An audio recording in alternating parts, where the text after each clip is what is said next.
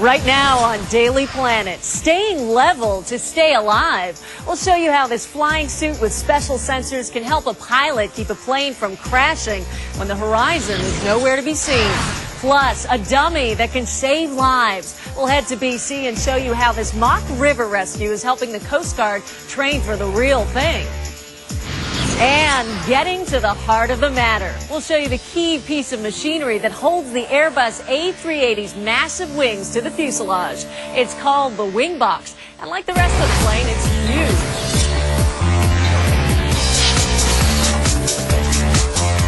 Hi, and welcome to Daily Planet. I'm Patty Kim. Jay's away today. Also on the show, we'll hear about Stephen Hawking's recent trip into weightlessness and meet the man who helped make it all happen. Plus, we'll check out a new development in Dubai that's considered the world's largest land reclamation project. But first, a pilot suit that always knows the answer to the question, what's up? It happens to the best of pilots, especially in poor conditions with little or no visibility.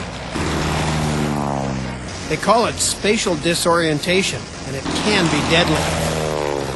If you do have an accident, most likely it will be a fatality. Spatial disorientation happens when pilots can't see the horizon. Centrifugal forces confuse their senses about which way is up and down.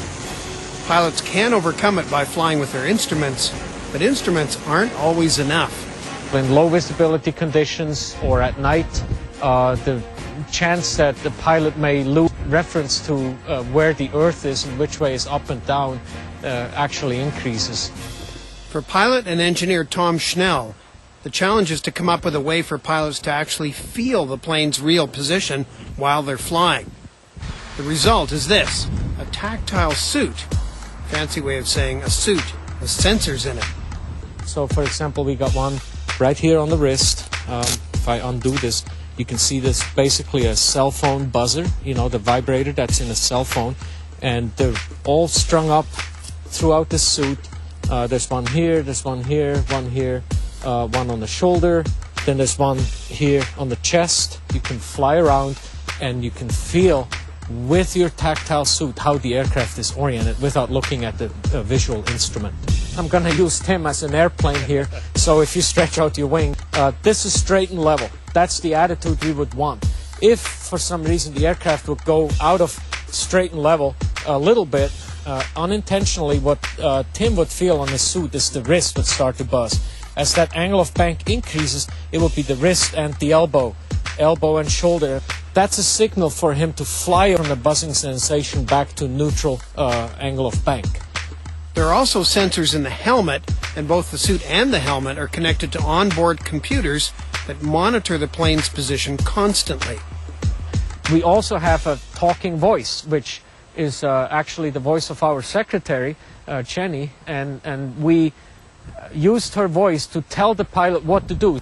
It looks like a great idea on the ground, but the only way to test it really is in the air. We should go fly up and away.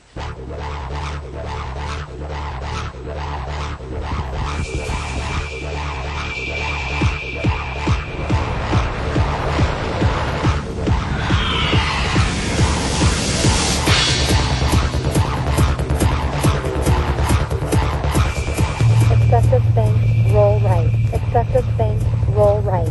First, it's a warm-up to get the pilot used to the suit.